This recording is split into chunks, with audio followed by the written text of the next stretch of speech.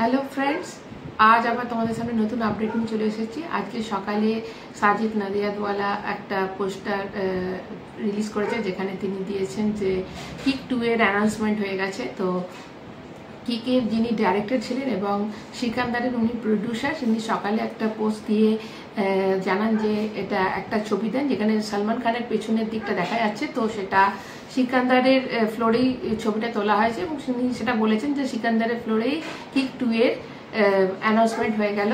যদিও সামনেটা এই জন্যই দেওয়া হয়নি, কেননা এখন সিকান্দারের পরে এখন সিকান্দারের লুকে রয়েছেন। তো কিক 2 এর যে লুকটা হবে, সেই লুকে যে ফটোশ্যুটটা হবে সেটা এখনো বাকি আছে। তো সেই জন্য এখনো মুখটা তার দেখা যায়নি, কেননা কিক 2 এর তার লুকটা যে অন্যরকম হবে সেই জন্য তার মুখটা দেখানো হয়নি। তো সেটা বলেছে, অফিসিয়ালি অ্যানাউন্সমেন্ট করে দিয়েছেন উনি।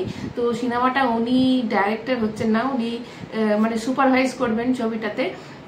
তো যে ডাইরেক্টর হচ্ছে সেখানে একজন তামিলের ফিল্ম লেখা, তার নাম হচ্ছে AR মুরুগাডস। তো উনি এই সিনেমার ডাইরেক্টর হচ্ছেন।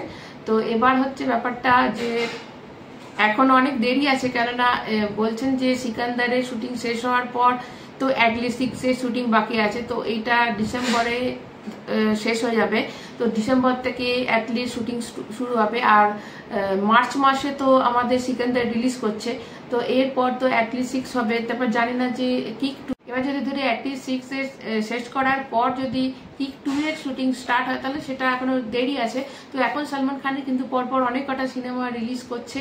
তো যেটা হচ্ছে অ্যাটলিস্ট 6 তো জানেন কমল হাসান আছে, সলমান খান আছে এবং অনিরুদ্ধ যে BGM এর এবং মিউজিক ডিরেক্টর, তো তিনজনই তুখর। তো সিনেমাটা তো দারুণ হতে চলেছে। কিক 2 এর কথা ধরি তাহলে কিন্তু 2027 সালের শেষের দিকে ধরতে হবে, কেননা এর মাঝে অ্যাটলিস্ট 6 কিন্তু 2026 এর শেষের দিকে মানে ঈদে আসবে।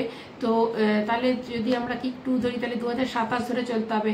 তারপর পাঠান ভার্সেস টাইগার আছে। তো পরপর অনেক সিনেমা এখন কিন্তু লাইন আপে আছে সলমান খানের। তো সলমান খানকে কিন্তু এখন আন্ডার এস্টিমেট করলে একদম চলবে না। সিকান্দারকে নিয়ে যারা একটু ভাবছেন যে কেমন হবে সিনেমাটা, তো ওটাও দুর্দান্ত হতে চলেছে।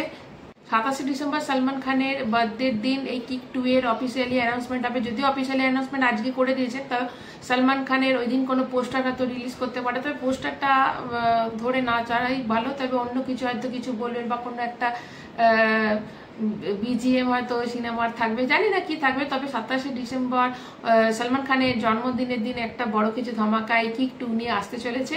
তো এর মাঝে যে সিকান্দার আছে সেটা তো নেক্সট ইয়ার রিলিজ করছে ঈদে। তো তারপরে অ্যাটলিস্ট তার পরের বছর তো 2027 সাল ধরেই চলতে হবে কিক 2 এর। তো আরও কয়েকটা সিনেমা আছে। তো সলমান খানের তো এখন তো পরপর সিনেমা রয়েছে। তো সিকান্দারকে নিয়ে অনেকে একটু আন্ডার এস্টিমেট করছেন। না, সিকান্দারে শোনা যাচ্ছে ওর অনেক বন্ধুকে সলমান খানের রেটে একটু কমজোর দিক বলতে হবে যে উনি চান যে সবাই যাতে কাজ পাক, ওই জন্য সব বন্ধুদের উনি সিনেমাতে ঢুকান। এখানেও শুনছি সিকান্দারে কয়েকজনকে ঢুকিয়েছে, তো যেটা দরকার ছিল না। তবুও আমার মনে হয় সিনেমাটা ভালোই হবে, কেননা সিনেমাটা নিয়ে হাইপটা যদিও কমে গেছে, তো কিছুদিন বাদ যখন ট্রেলার উঠবে তখন নিশ্চয়ই হাইপটা আবার বেড়ে যাবে, এটা আমি জানি।